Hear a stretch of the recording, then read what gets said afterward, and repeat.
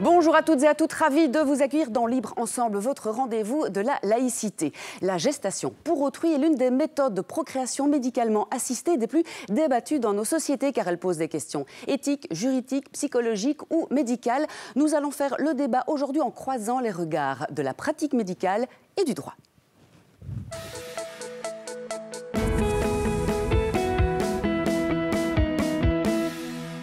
Et pour en parler aujourd'hui avec moi, je suis ravie d'accueillir 4 dames. Nicole Gallus, tout d'abord, bonjour Nicole. Bonjour. Vous êtes professeure de droit à l'ULB et avocate au barreau de Bruxelles. Françoise Caillot, bonjour. Vous êtes docteur en psychologie et auteur de plusieurs livres sur la GPA dont nous parlerons. Il y a aussi Candice Autain.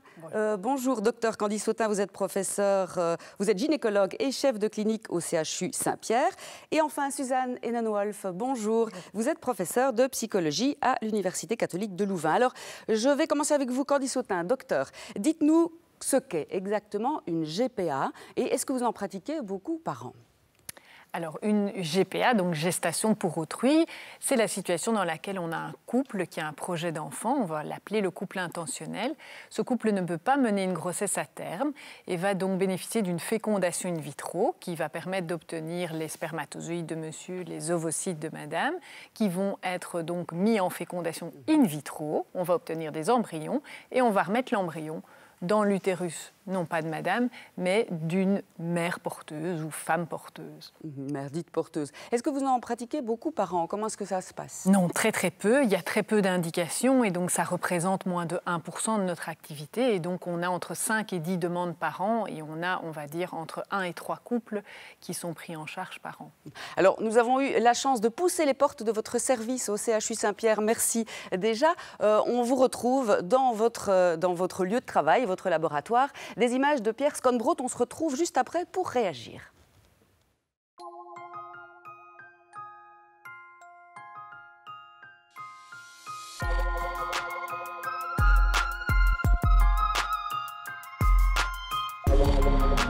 La première chose, c'est qu'on explique aux gens qu'effectivement, la GPA en Belgique est non commerciale, est altruiste, que bien évidemment, nous, on n'a pas comme ça une liste, on n'a pas des mères porteuses à disposition, et que donc ils doivent venir avec une mère porteuse qui sera donc relationnelle, puisque ça ne peut pas être commercial.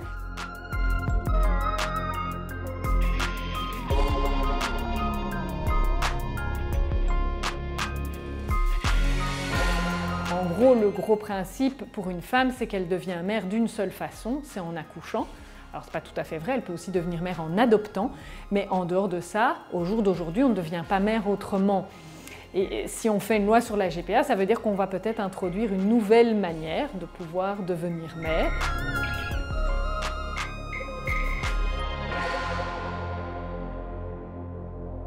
Ce qui en fait existe déjà par la loi sur la comaternité, puisque depuis 2015, les couples de femmes, celle qui ne porte pas, devient mère en reconnaissant son enfant ou en étant l'épouse. Donc en fait, on a déjà introduit une nouvelle manière. Mais voilà, la GPA, il n'y a pas de cadre juridique spécifique, ce qui veut dire que le côté positif, c'est que ça nous permet, nous, de faire notre pratique. Le côté négatif, c'est que c'est extrêmement anxiogène pour toutes les parties. Voilà, anxiogène pour toutes les parties, ce sont les mots de vous, Candice Autain. Nicole Gallus, vous êtes professeure de droit, vous êtes avocate au barreau de Bruxelles. Pourquoi est-ce que c'est anxiogène pour toutes les parties? Et quel est le cadre juridique aujourd'hui de la GPA en Belgique? Alors c'est anxiogène précisément parce qu'il n'y a pas de cadre juridique, ce qui entraîne deux motifs d'anxiété. Le premier, je pense que c'est un manque de prévisibilité sur ce qui va se passer lorsque l'enfant sera né. La situation est en Belgique d'avoir une filiation maternelle à l'égard de la femme qui accouche et il faut faire en sorte que l'enfant ait des liens de filiation en droit avec non pas la femme qui a accouché et qui n'a pas de projet de maternité, mais avec les parents d'intention. Et en l'absence de législation, on est obligé d'un petit peu, je vais utiliser un mot que les tribunaux utilisent, on est obligé de bricoler avec ce qui existe. Ce qui veut dire qu'un parent, le père, va faire une reconnaissance prénatale de paternité, mais la mère d'intention, comme elle n'a pas accouché, le seul moyen qu'elle ait aujourd'hui, c'est d'adopter l'enfant. Alors que génétiquement, l'enfant, le plus souvent, est son enfant, mais elle est obligée de passer par une procédure d'adoption. Ce qui veut dire des procédures qui sont longues, qui sont coûteuses, qui sont aléatoires et surtout qui ne sont pas, je dirais, respectueuses du projet parental qui a été mis en œuvre. Et le deuxième motif d'anxiété, toujours en raison de l'absence d'encadrement légal, c'est précisément de créer une espèce de climat de clandestinité. Je crois que beaucoup de personnes pensent que lorsqu'elles se dirigent vers un projet de gestation pour autrui, elles font quelque chose qui, n'étant pas réglé par la loi, est donc interdit, n'est pas légitime, n'est pas licite. On entend beaucoup dire en Belgique que la gestation pour autrui, ça n'existe pas, c'est pas encadré, il n'y a pas de législation, donc ce serait interdit. Ça n'est pas tout à fait exact, mais il y a ce sentiment de peut-être faire quelque chose qui n'est pas tout à fait dans la norme. Et la clandestinité, évidemment, vient entraver le projet de parenté. Que faudrait-il faire pour il faudrait légiférer. D'abord pour supprimer cette idée de clandestinité et de procédés qui seraient illicites. Il faudrait légiférer pour fixer un certain encadrement de nature, je dirais, éthique, avec, comme pour la procréation médicalement assistée, une délégation importante au centre de fécondation pour analyser la faisabilité du projet parental. Et quand je dis faisabilité, ce n'est pas simplement au niveau médical, bien sûr. Et puis surtout, il faudrait légiférer pour régler la question du statut de l'enfant, de la filiation de l'enfant au moment de la naissance, sans nécessairement faire un détour par la procédure d'adoption, qui n'est pas une procédure destinée à cela. Suzanne Hennenwolf, la question qui se pose aussi et qui est très importante, c'est que beaucoup pensent que la mère porteuse est aussi la mère biologique de l'enfant. Ce n'est pas vrai. Expliquez-nous alors ce cadre plutôt psychologique et sociologique. Comme nous l'avons vu, en règle générale, la mère d'intention est la mère génétique. Et donc, la mère porteuse, ou la femme porteuse, c'est beaucoup plus juste de le dire de cette manière-là, me semble-t-il, elle est là pour la gestation. Alors, laissez-moi d'abord dire, nous avons toujours rêvé de la gestation pour autrui. La gestation pour autrui est le mythe fondateur du christianisme, avec une Marie qui a été fécondée de façon artificielle, vivant dans une famille recomposée, un père qui a accepté cet enfant et un fils qui se porte quand même pas mal et va faire beaucoup de miracles. Et une avancée au niveau biomédical telle que est représentée par la PMA et la GPA, je pense que c'est inimaginable que les êtres humains ne veulent pas se servir de cette avancée. Et en effet, l'encadrement est la chose la plus importante, justement aussi pour prévenir ce qu'on appelle la marchandisation du corps. Nous avons vu dans l'extrait que, par exemple, à l'hôpital Saint-Pierre, qu'il n'y a pas de marchandisation. Les couples qui veulent trouver une femme qui va porter l'enfant doivent s'en occuper. Et voilà, donc ça évite que les riches vont faire ça aux États-Unis et les pauvres vont avoir recours à des femmes qui sont rendues esclaves en Afrique ou en Inde et la fantasmisation, elle va galopante. La réalité, elle est toute autre lorsqu'on entend les chiffres 5 à 10 cas par an dans cet hôpital de pointe de la Belgique. Voilà, on n'est pas encore à un moment donné où nous allons tous avoir recours à ça. Et certains disent que le corps de la femme alors devient est un incubateur et qu'effectivement, ou on le marchande ou de toute façon on l'utilise comme un bien marchand. C'est ce que les féministes ou d'autres disent. Vous n'êtes pas d'accord avec cette vision-là? Il n'y a pas de dérive possible, vous pensez? Mais disons, d'abord, il n'y a pas le féminisme, bien entendu. Je pense qu'il faut prendre le côté des femmes, les protéger, les femmes porteuses et les femmes d'intention. Il faut les protéger par une législation digne de ce nom et pour réduire la culpabilité, pour réduire donc la clandestinité, tout comme on doit le faire. On a vu ça pour les prostituées. Vous ne pouvez pas interdire la prostitution. Qu'est-ce qu'il faut faire lorsqu'on est un vrai féministe? C'est se mettre du côté des femmes, les défendre pour leur santé et pour leur protection au niveau légal. Vous parliez effectivement de ce qui se passe à l'étranger. Effectivement, il y a beaucoup de voyages, de tourisme, on va dire, de la gestation pour autrui. En Inde, un chiffre, par exemple, 365 millions d'euros par an pour la GPA et le tourisme GPA en Inde. Françoise Caillou. Le tourisme en Inde est interdit depuis, je crois, le 1er janvier de cette année. On ne peut avoir recours à la GPA que autant qu'autochtone.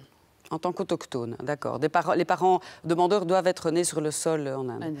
Françoise Caillot, vous avez écrit un livre très intéressant sur la gestation pour autrui, d'une matrice à l'autre, dialogique de la filiation et de la parentalité.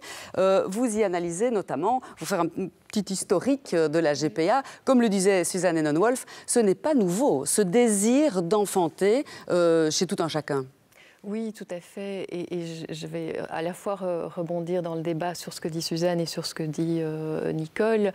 Donc, avant que la science ne s'intéresse ou ne s'occupe de gestation pour autrui, eh bien, les historiens et les anthropologues ont décrit bon nombre de situations dans lesquelles ce type de souplesse parentale se pratique. Alors, malheureusement, l'anthropologie et l'histoire ne sont pas toujours des bons exemples et des bons arguments en faveur de la gestation pour autrui, en tout cas par rapport à la manière dont elle se passe actuellement. Et donc, moi, j'ai pu la suivre au CHU Saint-Pierre.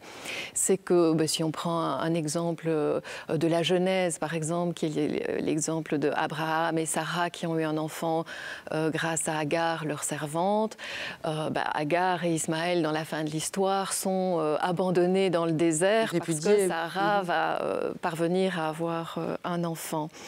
Mais ce qui est intéressant de retenir tant de l'histoire que de l'anthropologie, c'est que justement, pour que des souplesses parentales comme ça soient acceptées, puissent être instituées, vraiment comme des institutions.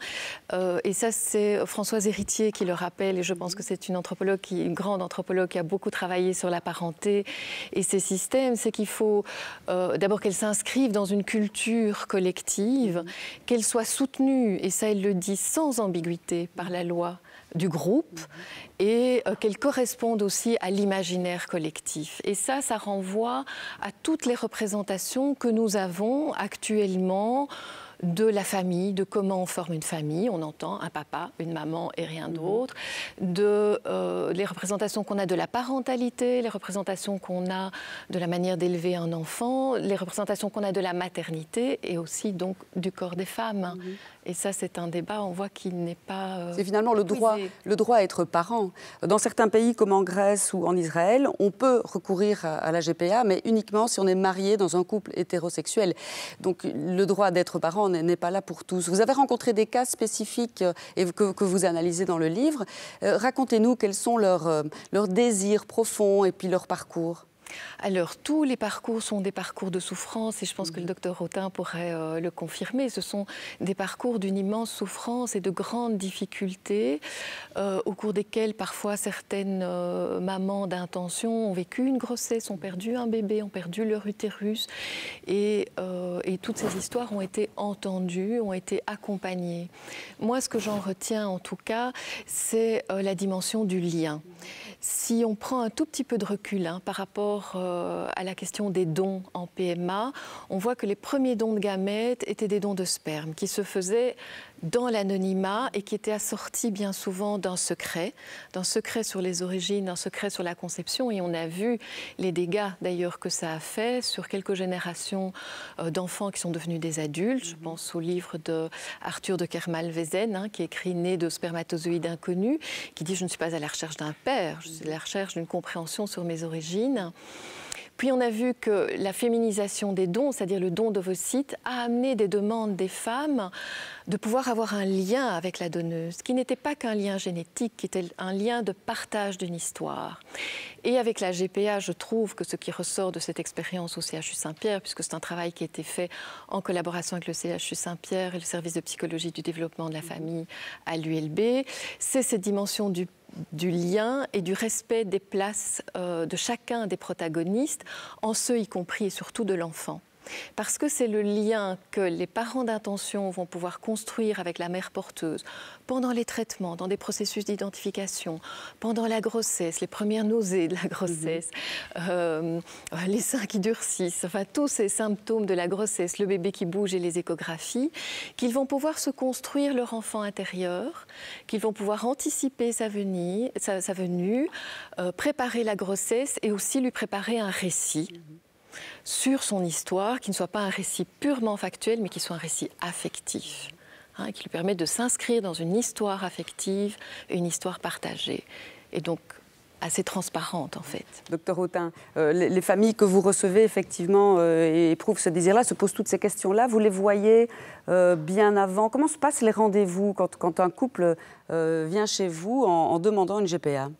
Alors, généralement, je vois d'abord ce qu'on appelle le couple d'intention seul. Donc, je ne les vois pas avec leur mère porteuse pour justement faire connaissance et prendre connaissance de leur parcours de vie. Et comme l'a dit Françoise Caillot, c'est tous des parcours de souffrance, mais c'est vrai que ce n'est pas la même chose. Une femme qui a eu une grossesse, qui a perdu son bébé et son utérus, c'est généralement quelque chose d'assez récent alors, qu'une femme qui est née sans utérus et qui, depuis l'âge de 16 ans, sait qu'elle ne pourra jamais porter d'enfant. Dans les deux cas, il y a beaucoup de souffrance, mais ce n'est pas le même parcours de vie. Et donc ça, on reprend avec le couple tout leur parcours de vie, et puis comment est né leur projet d'enfant, et puis comment est née l'idée de recourir à une gestation pour autrui, comment ils ont trouvé leur mère porteuse, qu'est-ce qui les lie à cette mère porteuse. Et puis j'aborde avec eux tout ce qu'ils doivent travailler avec leur mère porteuse, donc tout ce qu'on discute au cours d'une grossesse. Normalement, ça se discute au sein d'un couple, et là, il va falloir que ça se discute au sein de 2 couples, de 4 personnes. Et ça, j'ouvre toutes les questions. Et la psychologue, qui les voit généralement le même jour que moi, fait évidemment pas le même travail puisqu'elle est psychologue, mais ouvre aussi toutes ces questions. De manière à ce que quand on les voit la deuxième fois, et la deuxième fois on les verra, mais on verra aussi leur mère porteuse, on puisse là aborder plus dans le concret toutes ces questions de comment va se dérouler la grossesse, envisager tous les problèmes potentiels et voir comment ils y ont réfléchi ensemble. Et il y a des parcours qui s'arrêtent, des changements de mère porteuse entre guillemets. Psychologiquement, c'est vrai que ça demande réflexion. Oui, donc il y a effectivement 40% des demandes qui n'aboutissent jamais, qui s'arrêtent d'elles-mêmes. Donc, ce n'est pas nous qui les arrêtons. Parfois, on sait pourquoi elles s'arrêtent. Parfois, les gens nous informent en disant on trouve ça trop compliqué, trop risqué, notre mère porteuse a changé d'avis. Et parfois, il y a des gens qui ne donnent plus signe de vie, qui sont venus une fois en consultation et puis on n'a plus de nouvelles. On ne sait pas pourquoi le projet s'arrête. On en refuse à peu près 20-25% et on motive toujours notre refus. Et je dirais que la majorité de refus réside dans le risque trop important que pourrait prendre la mère porteuse. Donc nous, on évalue que médicalement ou psychosocialement, cette gestation pour autrui représenterait un risque trop important. Donc j'explique toujours que l'idée n'est pas de mettre en péril une famille pour aider une autre. Oui, c'est ça. La mère porteuse pourrait avoir envie de garder l'enfant ou de stopper la grossesse à un moment donné. Suzanne Wolf, disons, une réaction. Pour revenir aussi à la question de la marchandisation, c'est vous qui l'avez posée. Quand on voit comment les choses peuvent se passer dans l'humanité, dans l'humain, on fait connaissance, on porte cet projet à 3, c'est tout à fait autre chose et ce n'est pas... Ou à 4. Ah oui, avec l'enfant, bien entendu. Le mari. Oui. Oui, conjoint de la mère porteuse. La mère porteuse. Oui. Et donc, un projet qui est porté ensemble. Et lorsqu'on voit qu'il n'y a pas d'agence, par exemple. Moi, j'ai promu des mémoires où j'ai vu des couples qui ont eu recours à des agences, par exemple en Europe de l'Est, où ils ont reçu l'enfant une fois né. Il n'y avait aucun contact suivi avec pendant la grossesse. Aucun contact entre les parents d'intention avec la mère porteuse. Vous imaginez les angoisses, vous ne savez pas ce que cette femme est en train de vivre, vous ne savez pas si le bébé va bien, vous n'avez aucune nouvelle sur le bon déroulement de la grossesse. C'est ça la marchandisation, parce que voilà, il n'y a pas un encadrement qui fait que les choses peuvent se passer autrement. Je voudrais aussi dire que je pense que la PMA, c'est quelque chose qui va prendre de plus en plus de place dans notre société, dans nos sociétés, Alors que je pense que la mère porteuse va être un phénomène passager. Pourquoi? Parce que nous avons vu que nous pouvons, au niveau biomédical, déjà raccourcir une grossesse énormément. Nous pouvons aujourd'hui faire survivre des embryons, des fœtus qui ont 5 mois ou 6 mois de grossesse. Nous pouvons couper au début de la grossesse, puisqu'il y a la fécondation in vitro. Et donc, le temps total de la grossesse dans le ventre est raccourci. Et déjà en 2001, je vous le rappelle, Henri Atlan, il a écrit un livre sur ce qu'on appelle l'utérus artificiel et l'ectogénèse. Et qu'est-ce que ça veut dire? Ça veut dire que peut-être un jour, on aura des couveuses sophistiquées, tellement sophistiquées qu'ils peuvent carrément remplacer le ventre de la mère. Oui. Mais là... On n'en est pas encore là, Françoise Caillot. Et puis Nicole Gallus. Je trouverais ça dommage. Parce que je trouve que... Alors, je vais citer je vais répondre par un exemple. C'est que justement, cette participation de la mère porteuse à cette grossesse nourrit à la fois toutes les dimensions sensorielles et affectives qui vont se développer chez l'enfant ensuite, mais nourrit aussi la parentalité qui se met en place. L'exemple que j'ai envie de donner, c'est que justement, en l'absence de reconnaissance légale, il y a une forme de reconnaissance symbolique. Et donc, j'avais vu une maman 3 mois après la naissance de son bébé. Et quand je lui demande des caractéristiques de son bébé, elle me dit « il est très calme parce que sa mère porteuse lui parlait beaucoup ». Et donc, elle va utiliser les qualités de la mère porteuse pour qualifier son bébé. Et à l'inverse, c'est lorsque le bébé est une fois dans les bras de la mère porteuse, il chouine un petit peu, la mère porteuse dit « ah non, va dans les bras de maman ». Elle raconte, elle dit « ce qui m'a fait plaisir, c'est que c'est elle qui me mettait dans cette position de maman ». Et donc il y a, grâce quand même à cette relation, à la fois pendant les traitements et pendant les 9 mois, toutes les dimensions affectives, relationnelles et sensorielles, plus une forme de reconnaissance symbolique, qui n'est pas une reconnaissance légale, je vais passer la parole à Nicole, mais qui est une reconnaissance symbolique et affective. Donc j'espère qu'on va garder les grossesses. Pour autant qu'on ne n'aille pas à l'étranger pour mettre son projet, parce que le docteur Candice Autain, vous disiez vous-même qu'il faut arriver avec sa mère porteuse, en quelque sorte. Mais c'est plus difficile pour des couples homosexuels, par exemple, qui ont peut-être moins de femmes dans leur entourage et qui donc se tournent vers l'étranger, sans cadre légal ici en Belgique. Nicole Gallus, que dit le comité de bioéthique sur la question? Comment légiférer au mieux? Alors, le comité de bioéthique a rendu un avis, mais qui est déjà assez ancien. Je crois que c'était en 2004, donc on avait encore peu de recul sur la pratique. Ce qui est intéressant, c'est de voir que le comité ne s'oppose pas au recours à une gestation pour autrui. Donc, ça n'est pas considéré comme un procédé qui serait éthiquement condamnable, moyennant un encadrement. On revient toujours à la même idée. Il faut un encadrement pour éviter les dérives liées à la commercialisation, à la marchandisation. Et il faut un encadrement pour accompagner le projet parental et faire en sorte que l'intérêt de l'enfant soit pris en considération dans la création de cette parenté. Le comité, on est en 2004, donc encore une fois, on n'a pas beaucoup de recul, pense qu'il faudrait une espèce de période transitoire d'analyse où, pendant un certain temps, on limiterait le recours à la gestation pour autrui uniquement à des couples hétérosexuels avec des pathologies utérines. Donc, pas de couple homosexuel. C'est réducteur, évidemment. Et pas de motifs de convenance ou de motifs esthétiques pour demander qu'une autre femme assume une grossesse. Alors ça, je crois que c'est un point de vue qu'on ne peut plus défendre aujourd'hui. Le désir de parenté, c'est un désir tout à fait légitime. Ça ne relève pas du droit, ça relève d'aspiration humaine. Le droit peut encadrer, mais le droit n'a pas à dire d'une façon théorique quels sont les bons projets, quels sont les mauvais projets.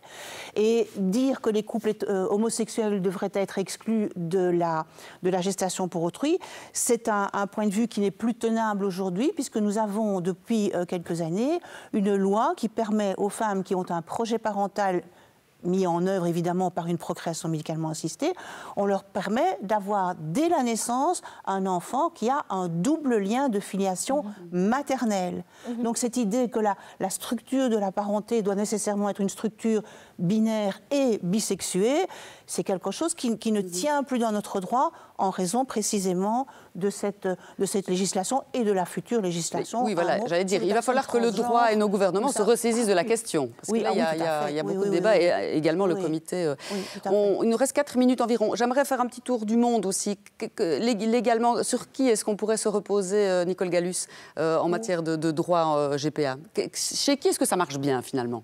Il faudrait suivre quel pays? D'après mon expérience au niveau du retour des enfants, là où ça marche le mieux, c'est-à-dire là où il y a le moins d'obstacles, c'est la Californie. C'est aussi le pays où c'est le plus cher, hein.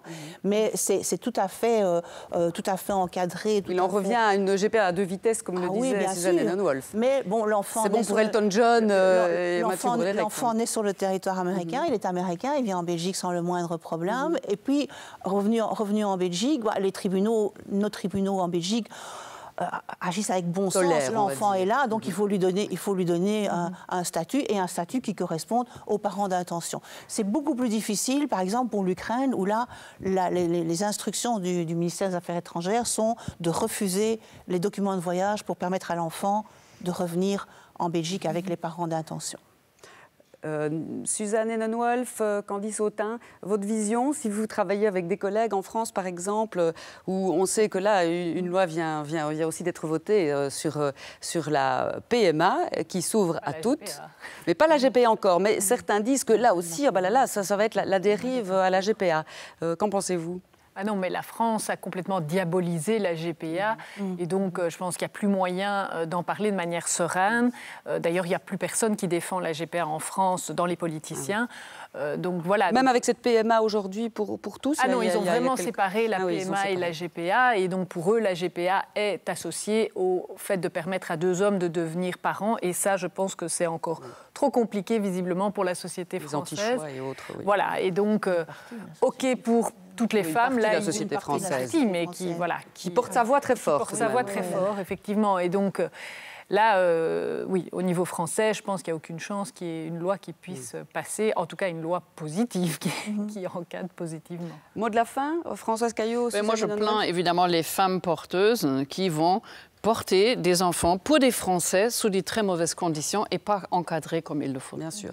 C'est un problème de santé publique, alors presque. Oui. Françoise Caillot. Et moi, j'ai envie de dire que le cadre légal est une condition sine qua non pour que se développe dans la plus grande sérénité possible à la fois les processus psychiques de parentalité et l'inscription de l'enfant dans une filiation, c'est-à-dire sa sécurité de base aussi. Vous l'aurez compris, on en rediscutera. Je vous réinviterai peut-être dans quelques mois, quelques années, lorsqu'un cadre légal aurait été... Parce qu'en Belgique, on est quand même souvent là pour porter ces valeurs-là. Pour ceux qui voudraient aller un peu plus loin sur la question et dans la recherche, Gestation pour autrui d'une matrice à l'autre de Françoise Caillot, et également Procréation médicalement assistée et gestation pour autrui, dans lequel, Nicole Gallus, vous nous offrez aussi un article. Voilà, merci à vous 4 d'avoir été avec nous aujourd'hui pour parler de gestation pour autrui. Merci à vous de nous avoir suivis. On vous donne rendez-vous la semaine prochaine pour un autre débat, une autre question laïque. Merci à tous, à très bientôt.